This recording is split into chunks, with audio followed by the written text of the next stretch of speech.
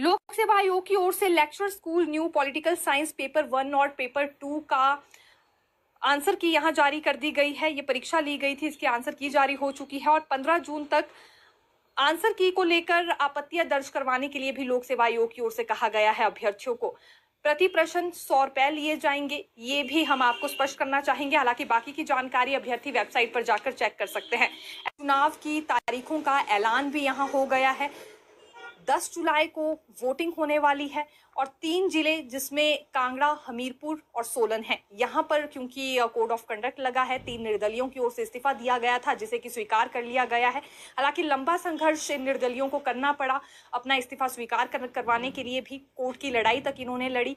और जब ये 4 हलकों में अभी माफी चाहेंगे 6 हलकों में जब अभी उपचुनाव हो गए तो उसके बाद फिर कहीं जाकर इनका इस्तीफा स्वीकार किया गया है। अब उपचुनाव तो होने ही थे लेकिन इतनी ज्यादा जल्दी हो जाएंगे ये उम्मीद किसी को नहीं थी। एक दफा फिर यहाँ कोड ऑफ कंडक्ट लग गया है।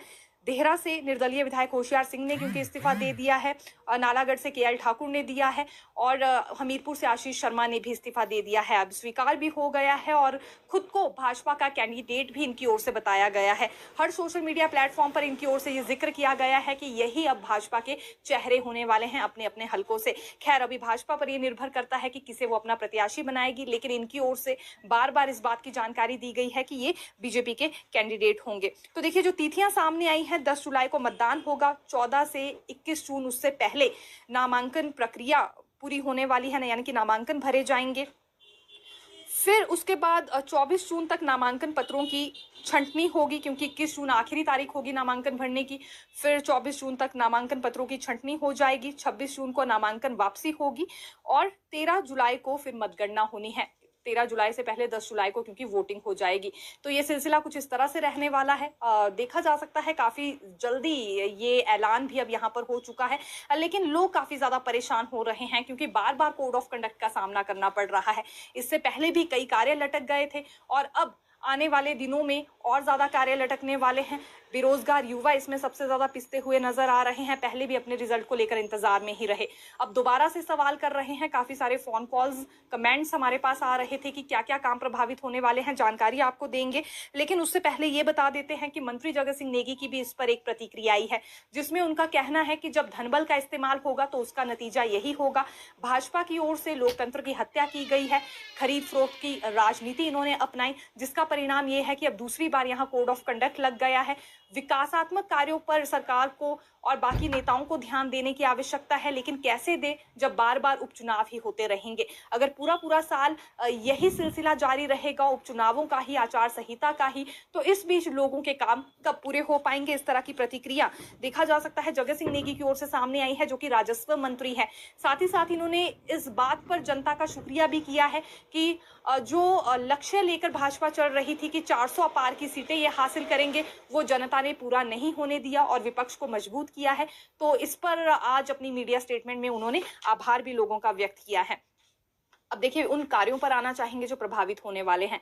आचार संहिता क्योंकि लागू हो गई है और ये 3 जिलों में ही कोड ऑफ कंडक्ट लगा है, बाकी के 8 जिलों के कामकाज पर इसका कोई असर नहीं रहने वाला है। लेकिन समूचे प्रदेश के लिए अगर कोई फैसला लेना होगा तो वहां जरूर चुनाव आयोग से परमिशन लेने की आवश्यकता सरकार को पड़ेगी, क्योंकि पूरे प्रदेश में तो ये 3 जिले भी आते हैं। अब अगर राज्य स्तर पर कोई डिसीजन लिया जा रहा है तो इन 3 जिलों से भी लाभार्थी उसमें सामने आएंगे, इसलिए ये बहुत ज्यादा जरूरी सरकार को हो जाएगा कि चुनाव आयोग से परमिशन ली जाए।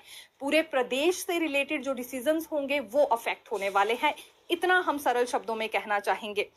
इसके अलावा जिला स्तर पर बाकी के जो 8 जिले रह जाते हैं, किसी भी योजना को लागू किया जा सकता है, लेकिन इन 3 जिलों में कोई भी जिला स्तर की योजना लागू नहीं हो पाएगी। प्रशासनिक या सरकारी कार्य नहीं हो पाएंगे, कोई भी फैसला इनमें लागू नहीं हो सकता है।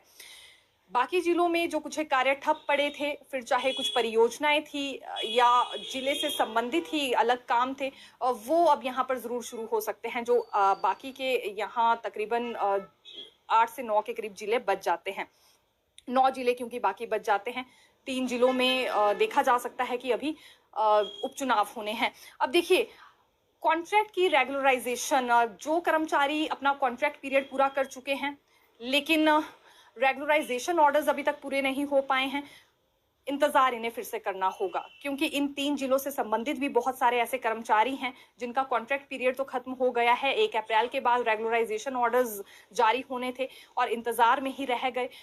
अब दोबारा से जब कोड ऑफ कंडक्ट लग गया है तो ये प्रक्रिया भी अफेक्ट होने वाली है। ये बात हम आपको पहले ही क्लियर करना चाहेंगे। दूसरी बात करना चाहेंगे, उन 3 जिलों की जहां उपचुनाव होने हैं, कोड ऑफ कंडक्ट लग गया है, तो यहाँ पर ट्रांसफर्स भी नहीं हो पाएगी। मान लीजिए यहाँ से कोई शिक्षक या कोई और कर्मचारी ट्रांसफर करवा के कांगड़ा जाना चाह रहा है, सोलन जाना चाह रहा है या हमीरपुर जाना चाह रहा है, तो वो भी पॉसिबल नहीं हो पाएगा। भले ही फिर चाहे डीओ भी अप्रूव हो चुके हों, या इन जिलों से कोई शिमला आना चाह रहा है, तो ये प्रक्रिया भी बिल्कुल अफेक्ट होने वाली है। नई भर्तियां नहीं हो पाएंगी और पुरानी भर्तियों में जो अभी तक रिजल्ट घोषित नहीं हो पाए हैं, अब उसके लिए अभ्यर्थियों को 1 महीने का इंतजार और करना होगा। वही बात है, क्योंकि केवल इन 9 जिलों से ही संबंधित तो सभी अभ्यर्थी नहीं होंगे जहां पर कोड ऑफ कंडक्ट नहीं है, बल्कि इन 3 जिलों से भी बेरोजगार युवा सामने आने वाले हैं। या आंकड़ा बिल्कुल वहां पर भी काफी ज्यादा होगा जो अपने अपने रिजल्ट का इंतजार कर रहे हैं। जैसे हमीरपुर कांगड़ा की बात करें तो सबसे ज्यादा युवा यहीं अपने रिजल्ट को लेकर इंतजार कर रहे हैं। तो अभी रिजल्ट घोषित नहीं हो पाएगा। अब कोड ऑफ कंडक्ट के हटने तक का ही इंतजार एक बार फिर इन अभ्यर्थियों को भी करना होगा।